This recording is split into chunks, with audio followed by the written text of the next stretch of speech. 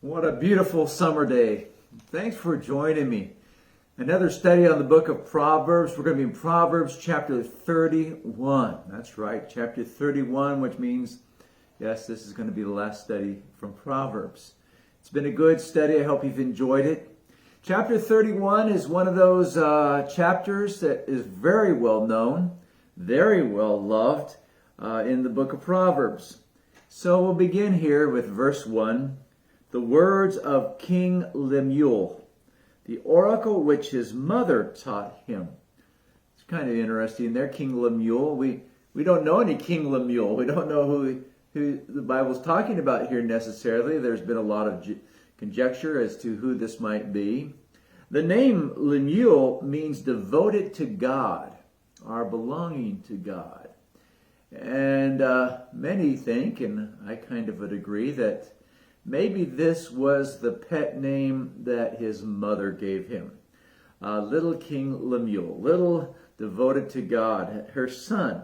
And she's the one who taught him these words here in this chapter. So you're getting it from King Lemuel. And if King Lemuel is Solomon, and this was his mother's pet name for him, then his mother would be Bathsheba. So this is Bathsheba's words of wisdom for Solomon. And she says, "What, O my son? And what, O son of my womb? And what, O son of my vows? Do not give your strength to women, or your ways to that which destroys kings. Is it not for kings, O Lemuel? Is not for kings to drink wine, or for rulers to desire strong drink? For they will drink and forget what is decreed, and pervert the rights of all the afflicted. Give strong drink to him who is perishing, and wine to him whose life is bitter. Let him drink and forget his poverty, and remember his trouble no more. Open your mouth for the mute, for the rights of all the unfortunate. Open your mouth and judge righteously, and defend the rights of the afflicted and needy." So here she begins. "Oh, my son, son of my womb, the son of my vows, this dear sweet child of hers." And she gives him all these instructions. And the amazing thing is that Solomon, for the most part, ignored everything here. He got involved with strange women. Ecclesiastes, he says, "I give myself to no strong drink and just to party all the time." And he forgot everything that she told him. But now it appears that Solomon has finally got to that point in his life where he's saying, you know what? Mom was right. Mom was right. And here's what Mom told me. And he's so beloved of her. And she says, "Do not give your strength to women, or your ways to that which destroys kings." Don't get involved in sexual immorality. Because we think sometimes today that, it's just a physical relationship. It's not a big thing. But it is a big thing. The Bible speaks of sexuality as something that is spiritual. It affects us emotionally. It affects the very hormones of our body, and it's so important. And she says, this is something that has destroyed kings. And the thing that is amazing here is that David's life was destroyed by women, and one of the women was Bathsheba. I guess you would know what she was talking about. After Bathsheba, David was hardly the man that he was before. We don't hear of him the same way we did before. His life seems to be spiraling downward. Is he still loved by God? Yes. Is he still inspired by God to write the Psalms? Yes. Is he still forgiven by God? Is he still finding grace in God? Is he still... Yes, all those things are true. It's just that he had given himself here and allowed himself to be involved in some things that just weren't right for anyone, let alone a king. And so she's warning her son to watch out for women. Don't get involved with them. And then she also says it is not for kings, O Lemuel, it is not for kings to drink wine, or for rulers to desire strong drink. So stay away from alcohol, Lemuel. Don't let it get involved in your life. It's just not fitting for a king. It'll cause you to forget your decrees. It'll cause you to get into some problems. It is interesting that in Leviticus, the 10th chapter, that we know this story so well of Nadab and Abihu. And we speak of Nadab and Abihu and offering strange fire to the Lord. And it says that, now Nadab and Abihu, the sons of Aaron, took their respective fire pans, and after putting fire in them, placed incense on it, and offered strange fire before the Lord, which he had not commanded them. And fire came out from the presence of the Lord and consumed them, and they died before the Lord. So Aaron has 4 sons, and 2 of them are going to be killed here. Half his workforce dies. And God tells Aaron, I don't want you to be mourning. Tell all the priests, don't be mourning for this. Don't be tearing your clothes over this. Then there's an interesting thing beginning in verse 8. The Lord spoke to Aaron, saying, do not drink wine or strong drink, neither you nor your sons with you, when you come into the tent of meeting, so that you will not die. It's a perpetual statute throughout your generations. And so as to make a distinction between the holy and the profane, and between the unclean and the clean. And so as to teach the sons of Israel all the statutes which the Lord had spoken to them through Moses. It appears that Nadab and Abihu's problem wasn't just a total disregard of God's laws and statutes. They were drunk. They had been drinking, because it appears that way, because he all of a sudden goes off to don't let the priest drink anymore. And that's what she is saying about a king, that you will forget what is decreed and pervert the rights of the afflicted. You're just not going to be thinking clearly. And then she says, for they will drink it, and then she says, give strong drink to those to him who's perishing, and wine to him whose life is bitter. Let him drink and forget his poverty. Alcohol's for people who are in trouble, she's saying. And it seems like these people he's talking about, these people are bent in a path of ungodliness. She talks about the dying and the bitter and the poor. Their life has hit rock bottom. Let them drink. There's nothing to lose there. But for kings and for people with responsibility, she says, there's a danger here. When we go into the New Testament, Paul talks about elders. They're not to be people who've been drinking. There's something very important here to remember. And she tells her son about this. And then she also says in verse 8, open your mouth for the mute, for the rights of all the unfortunate. Open your mouth, judge righteously, and defend the rights of the afflicted and needy. Stand up for those who cannot stand up for themselves. The mute, those who don't have a voice. The weak, plead the case for the needy. So there's 3 things that he's warned about. He's warned about women. Don't get involved. And Solomon has 300 wives and 700 concubines. He's got 1,000 women who are his wives and concubines. He has just thrown this advice out the window. And then he's warned about alcohol. And then he's warned about the poor. And he didn't take care of the poor very well. He failed at all of these.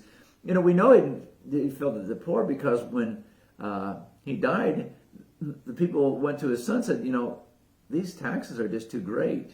And he says, well, you haven't seen anything yet. So Solomon didn't listen to his mom, but at least he's come back to pen these words, to write them down for us, and to be reminded of the wisdom of these words. I think he finally came around and said, Mom was right.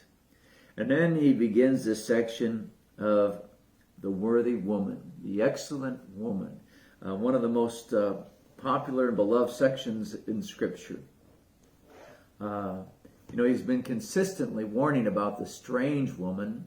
He's been warning about the contentious woman, and now he's gone to a positive side. Now here's the woman we should be praising and looking at. Verse 10, an excellent wife, who can find? For her worth is far above jewels. The heart of her husband trusts in her, and he will have no lack of gain. She does him good and not evil all the days of her life. She is of great value. In fact, you just can't buy a woman like this. She's one of a kind. She's a rarity, and he can trust her because she is faithful. He doesn't have to worry about her messing around with people in the palace or whatever. He knows that she is going to be diligent in what she's doing, and he says that the heart of the husband trusts her, and he have no lack of gain. The word there is spoil. Spoils are something that comes from war, and he says he's not going to have a lack of these things. He's not going to have to go to war because she's taking care of things at home. In verse 13, she looks for wool and flax and worked with her hands in delight. She is like merchant ships. She brings her food from afar. She rises also while it is still night and gives food to her household and portions to her maidens. Yeah, she is a diligent woman. She is a manager of her household. She manages everything. She works with her hands. She's like a merchant ship that will go off and bring goods from afar. She's looking for a bargain wherever she can. She's looking here and there. She knows all the stores that have good coupons, I guess. But she brings food from afar. And she rises also while it's still night. She gets up early in the morning, gives food to her household and portions to her maidens. She feeds her kids. She even takes care of the servants in the house. She has got this house under her management. Verse 16, she considers a field and buys it, and from her earnings she plants a vineyard. She can manage her finances. You see in this woman something that's very deliberate. She calculates everything. She sees the needs and does what needs to be done. She's not running on emotion. She's not running on her feelings. She's not running up her credit cards. Everything is disciplined and calculated in her life. She is even able to consider a field and buy it. From her earnings, she plants a vineyard. She girds herself with strength and makes her arms strong. Well, that happens from all the work she's doing. Maybe she hits the gym as well. It talks about her loins being strong, her arms being strong. She takes care of herself physically, is what he's saying. Studies have shown that overweight women live longer than their husbands who criticize them for it. But she takes care of it herself, and she's in good shape. She senses that her gain is good. Her lamp does not go out at night. She stretches out her hands to the distaff, and her hands grasp the spindle. She extends her hand to the poor, and she stretches out her hands to the needy. She's busy doing this and that. He says she senses that her gain is good. She is evaluating what she's been doing. She examines what she's been doing. She is determined to be productive. And she's not just a manager of her house. She's a worker in the house. And it goes beyond that. It goes beyond what she does for her house. She extends her hand to the poor and the needy. She takes care of everyone because she is so productive and she does so much. In verse 21, she's not afraid of the snow for her household, for all her household are clothed with scarlet. Winter's not a problem. She's got winter clothes for all of her kids. Everybody's dressed well. In fact, they're dressed in scarlet. They are dressed fashionably. They just don't have any kind of rags. They're dressed in scarlet. They're able to go out in the snow. They've got plenty of layers on them because she has provided for them and given them everything they need. In verse 22, she makes coverings for herself. Her clothing is fine linen and purple. She is well dressed. She doesn't just go out in her pajamas. She doesn't go out in just anything. When she goes out into the community, she is dressed up. I thought about this. I thought about my own mom. There was a time, my mom and dad were older when they had me, and so they were children of the Depression. My mom had only one dress, but that one dress, they said, was always cleaned and ironed. And before my dad came home, she'd always make sure that her dress was clean and it was ironed and that her makeup was fine. And he just loved her so much, and she gave back. But I thought about this thing here. She makes linen she makes coverings for herself. Her clothing is fine linen and purple. She's dressed well. She looks good. And verse 23, her husband is known in the gates when he sits among the elders of the land. The old saying behind every successful man is a faithful woman. I mean, here is a guy, he's successful, and she has encouraged him and supported him. She's brought out the best in him, and she's taken care of everything at home. He can go out and be with the elders and the judges of the land. He's well known in the community. He's able to sit among the other elders of the land in the gates, and he's well known in the gates. And this is part of her support for him. Verse 24, she makes linen garments and sells them and supplies belts to the tradesmen.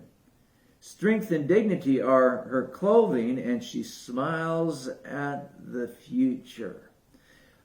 She's an entrepreneur. She makes quality goods, linen garments, and she sells them. She supplies belts to the tradesmen. She's involved in so many things, and she is clothed herself with godly virtue. Strength and dignity are her clothing. She smiles at the future. She's not worried about anything. She's got this covered. She's got that covered. She's done everything she possibly could do for her family, for her household, for the people that work for her, and for her husband. She is just has done so well. And verse 26, she opens her mouth in wisdom, and the teaching of kindness is on her tongue. How many warnings have we seen in the book of Proverbs about the tongue, about our words? Every single chapter seems to come back around and say, hey, watch what you say, watch what you say. And in this chapter, we're kind of surprised. He says, this woman knows what to say. She speaks with wisdom and with kindness. She puts thought before she speaks. What an amazing woman this is. What an amazing person this is. She looks well to the ways of her household and does not eat the bread of idleness.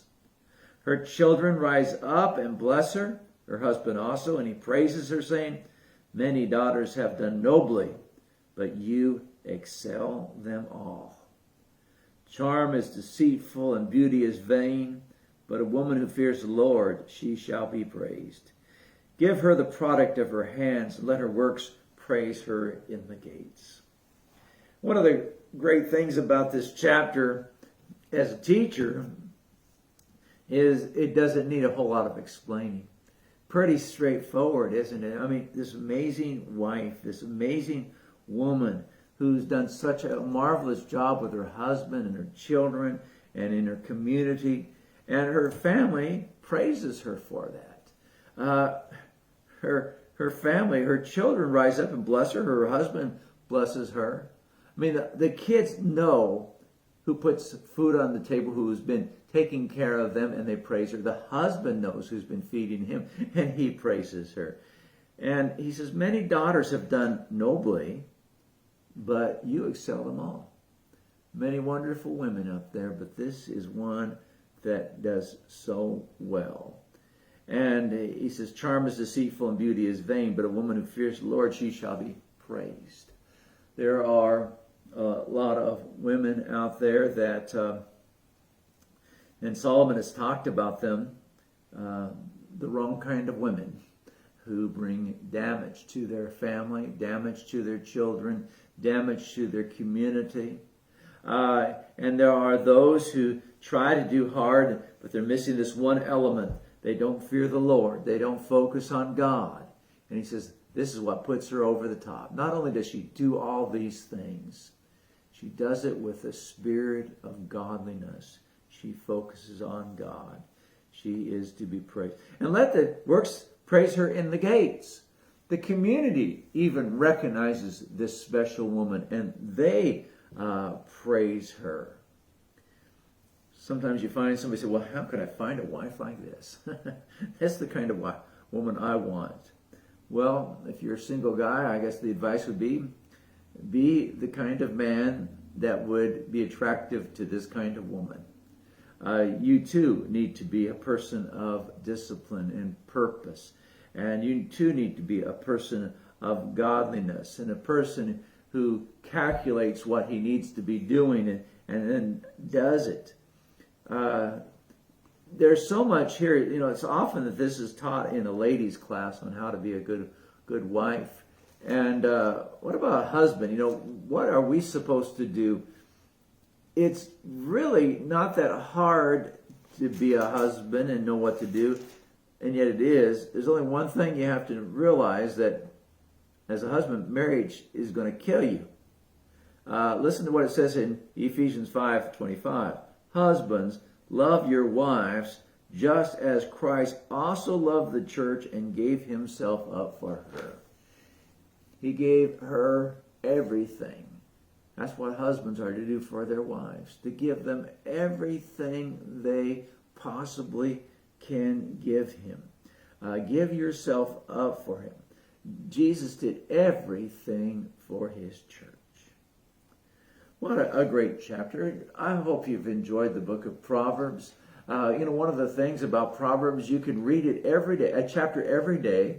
And at the end of the month, you've read through the book of Proverbs. And you can do this over and over, read one chapter a day every month, and you'll read it through 12 times by the end of the year. What a great book.